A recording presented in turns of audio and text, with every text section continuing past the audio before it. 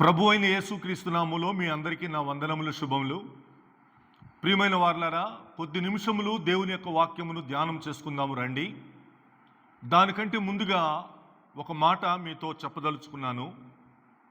గత కొన్ని మాసములుగా ప్రసారమవుతున్న ఈ వీడియోలు, ఈ సందేశములు మీ ఆత్మీయ జీవితమునకు క్షేమాభివృద్ధిని కలుగజేస్తున్నాయని చెప్పి నమ్మి దేవుని స్తుతిస్తున్నాను. ఒకవేళ గనక ఈ వర్తమానములు మీకు దీవెనకరముగా ఉండి మిమ్మలను బలపరచగలిగితే అదే వర్తమానములను మీకు తెలిసిన వారికి, మీ స్నేహితులకు, మీ బంధువులకు కూడా చూపించి వారిని కూడా వినేటట్లుగా చేయండి. వారు కూడా తమ ఆత్మీయ జీవితంలో దేవునికి ఇష్టమైన బిడ్డలుగా బ్రతకడానికి మీ వంతు సహకారము మీరు వారికి అందించండి. ప్రతిరోజు వర్తమానములు యూట్యూబ్లో వస్తున్నాయి, శ్రద్ధగా ఆలకించండి. దేవుని యొక్క మాటలు ఈరోజు మనము చాలా తక్కువగా వింటున్నాము. ఆ మాటలు మనకు ఆశీర్వాదకరము. ఆ మాటలను బట్టే మనము బ్రతుకుతాము. కానీ ఆ మాటలు లేని రోజున మనము ఆత్మీయంగా మరణించిన వారమైపోతాం. కాబట్టి గమనించండి, ఈ యొక్క వర్తమానములను శ్రద్ధగా ఆలకించి ఆత్మీయంగా బలపడండి. నేటి దినము కొరకు దేవుడు ఏర్పాటు చేసిన వాక్యమును ధ్యానం చేసుకుందాం రండి. యోబు గ్రంథము 5వ అధ్యాయము 21వ వచనం. యోబు గ్రంథము 5వ అధ్యాయము 21వ వచనం. నోటి మాటల చేత కలుగు నొప్పి నీకు తగలకుండా ఆయన నిన్ను చాటు చేయును. ప్రళయము వచ్చినను నీవు దానికి భయపడవు.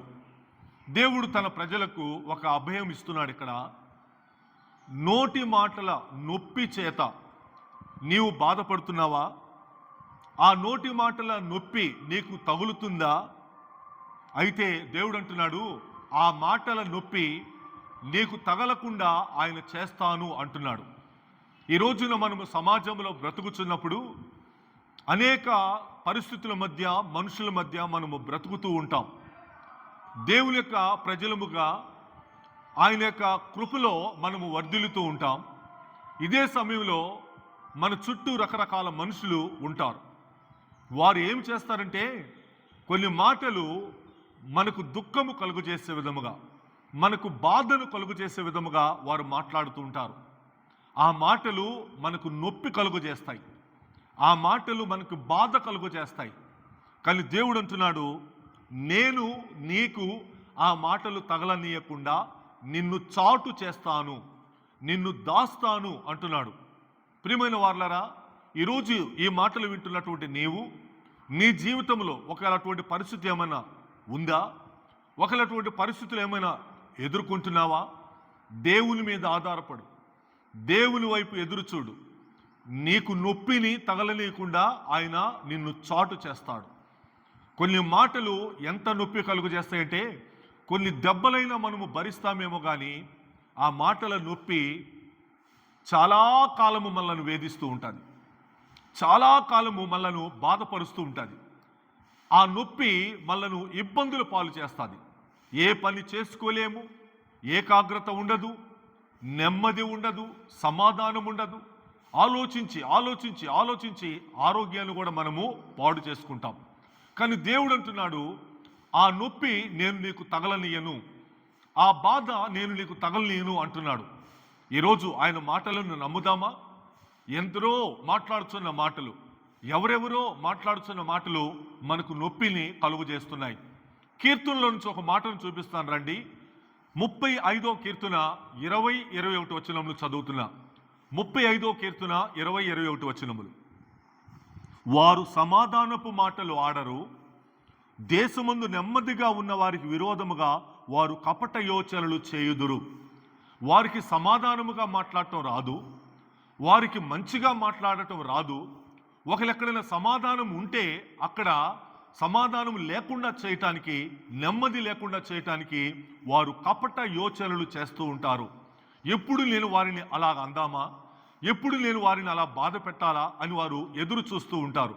ఇక్కడ అంటున్నాడు భక్తుడు, నన్ను దూషించుట కొరకై వారు నోరు పెద్దదిగా తెరుచుకొనుచున్నారు. నన్ను దూషించుట కొరకై, నన్ను ఇష్టం వచ్చినట్లుగా మాట్లాడుట కొరకై, నన్ను బాధపరచుట కొరకై వారు నోరు పెద్దదిగా తెరుస్తున్నారట. ఈరోజు మనకు అటువంటి మనుషులు ఎదురవుతున్నారు కదా. ఈరోజు అటువంటి మనుషులు మన సమాజంలో చుట్టూ ఉన్నారు కదా. ప్రియమైన దేవుని ప్రజలారా, దేవుని మీద ఆధారపడదాం. ఒకవేళ నొప్పి బయలుదేరినా, నిన్ను బాధించటానికి ఆ నొప్పి నీ వద్దకు చేరుకున్నా అది నీకు తగలనీయను అంటున్నాడు దేవుడు. ఆయన మాటలు నమ్ముదామా? ఆయన మాటల మీద ఆధారపడదామా? ఈరోజు ప్రజల యొక్క మాటలు పనులు అన్నీ కూడా అలాగే ఉన్నాయి. వారికి సమాధానము తెలియదు, వారికి నెమ్మదిగా ఉండటం తెలియదు. ఎప్పుడు ఎవరిని ఏమందామని నిత్యము వారు ప్రయత్నము చేస్తూ ఉంటారు. అదే కీర్తనలు 59వ కీర్తన 7వ వచనంలో కూడా ఒక మాట అంటున్నాడు చూడండి. 59:7 ఏమంటాడంటే అక్కడ, వినువారెవరూ లేరనుకొని వారు తమ నోట నుండి మాటలు వెళ్ళగ్రక్కుదురు. అంటే ఇక ఆ మాటలు వినేవాడు ఎవడు లేడు, ఆ మాటలు విని నన్ను అనేవాడు ఎవడు లేడని చెప్పేసి వారు ఏం చేస్తారంట, తమ నోట నుండి మాటలు వెళ్ళగ్రక్కుదురు. విషపు మాటలు, బాధాకరమైన మాటలు, నొప్పి కలుగు చేసే మాటలను వారు వెళ్ళగ్రక్కుతూ ఉంటారట. వారి పెదవులలో కత్తులున్నవి. దేవుని యొక్క వాక్యము చెప్తుంది, నేను కాదు. వారి పెదవులలో, వారి నాలుకలో కత్తులున్నాయట. కత్తిపోటు వంటి మాటలు పలుకుతున్నారు. ఎంత బాధ కలుగు చేస్తుందండి. శరీరమునకు దెబ్బ తగిలితే కొన్ని రోజులు మనకు ఉంటుంది ఆ బాధ, కొన్ని గంటలు ఉంటుంది మనకు ఆ బాధ. కానీ కత్తులతో వారు పొడిచే ఆ బాధకరమైనటువంటి పరిస్థితులు, మాటలు జీవితాంతము మనల్ని బాధపరుస్తూ ఉంటాయి. ఈరోజు సమాజంలో అటువంటి మనుషుల మధ్య మనము బ్రతుకుతున్నాం. ఈరోజు సమాజంలో అటువంటి ప్రజల మధ్య మనము నివసిస్తున్నాం. కాబట్టి నీవు దేవుని మీద ఆధారపడు, నీవు దేవుని కొరకు ఎదురు చూడు.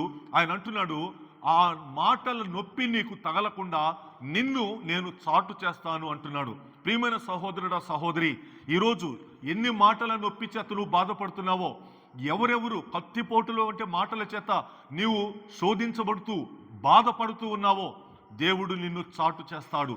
దేవుడే నీకు తోడై ఉండి ఆ మాటల నొప్పి నీకు తగలనీయకుండా చేస్తాడు. ఆఖరిగా ఒక వచనం చెప్పి నేను ముగిస్తాను రండి. యెషయా గ్రంథము 51వ అధ్యాయము 7వ వచనం. యెషయా గ్రంథము 51వ అధ్యాయం 7వ వచనం. నీతిని అనుసరించు వారలారా, అంటే నీతి అంటే ఎవరు? యేసయ్య. ఎవరైతే ఆయనను అనుసరిస్తారో వారు నీతిని అనుసరించినట్లే. కాబట్టి ఇప్పుడు ఆయన అంటున్నాడు, నా మాట వినండి ఓ నీతిని అనుసరించే వారలారా, ఓ నన్ను అనుసరించే వారలారా, నా మాట వినండి. ఏమిటా మాట? నా బోధను హృదయం మందుంచుకున్న జనులారా ఆలకించండి. నీతిని అనుసరించే వారలారా నా మాట వినండి అన్నాడు. ఇంకో మాట కూడా అంటున్నాడు అక్కడ, నా బోధను, నా మాటలను హృదయం మందుంచుకున్న వారలారా. ఈరోజు ఆయన మాటలు మన హృదయంలో ఉంటున్నాయా?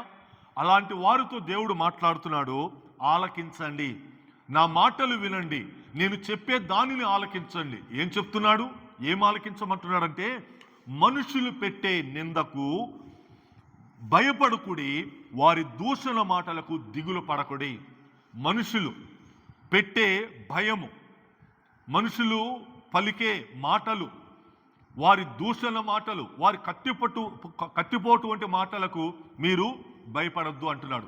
నిందిస్తారు, కారణము లేకుండా మాట్లాడతారు, అసందర్భంగా మాట్లాడతారు, అకారణంగా మాట్లాడతారు. కానీ దేవుడు అంటున్నాడు, భయపడవద్దు. కారణము మీరు నీతిని అనుసరిస్తున్నారు, కారణము నా బోధను మీ హృదయమందు ఉంచుకున్నారు. వారి దూషణ మాటలకు దిగులు పడకుడి. ఇంకో మాటలో చెప్పాలంటే, వారి కత్తిపోటు వంటి మాటలకు మీరు దిగులు పడవద్దు. ఎవరెన్ని మాటలన్నా మాట్లాడనివ్వండి, తిరిగి మీరు జవాబు చెప్పొద్దు. వారు అలా అన్నారు కదా అని చెప్పేసి నేను కూడా అంటాను అని దేవుని యొక్క ప్రజలు అనకూడదు. ఆయన బోధను మన హృదయంలో ఉంచుకున్నాం కదా, ఆయన ఏమి చెప్తున్నాడో విందాం, ఆయన ఎలా ఉండమంటున్నాడో విందాం. కాబట్టి వారు మాట్లాడినట్టుగా, వారు నిందించినట్టుగా, వారు దూషించినట్లుగా మనము చేయకూడదు. వారిని అననివ్వండి, ఎంతకాలం అంటారో, ఎంతసేపు అంటారో. సో మనము దేవునిని కలిగిన వారము.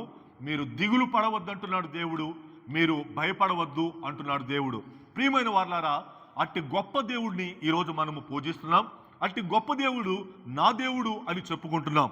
కాబట్టి మొదటి వాక్యంలోకి వస్తున్నాను. నోటి మాటల చేత కలుగు నొప్పి నీకు తగలకుండా ఆయన నిన్ను చాటు చేయను. నీకు తగలనీయడు, ఆయన అడ్డుకుంటాడు, ఆయన చాటు చేస్తాడు. నీకు ఆ మాటలను నీ వరకు రాకుండా చేస్తాడు. ప్రళయము వచ్చినను నీవు దానికి భయపడవు. అటువంటి మాటల ప్రళయములు, అటువంటి కత్తిపోటు వంటి మాటల ప్రళయము వచ్చినా నీవు భయపడవు అంటున్నాడు. ప్రియమైన దేవుని బిడ్డలారా, ఈరోజు ఆయన మాటల యందు నమ్మిక ఉంచుదాం. ఈరోజు ఆయన మాటలను విశ్వసిద్దాం. ఆయన మాటల మీద ఆధారపడదాం. ఆయన నీతిని అనుసరించే వారిముగా, ఆయన బోధను హృదయమందుంచుకున్న వారిముగా ఆయన కొరకే ఎదురు చూద్దాం. ఎవ్వరి మాటలు మనల్ని ఏమి చేయలేవు. ఏ మాటలు వచ్చి నీకు నొప్పి కలుగు చేయలేదు.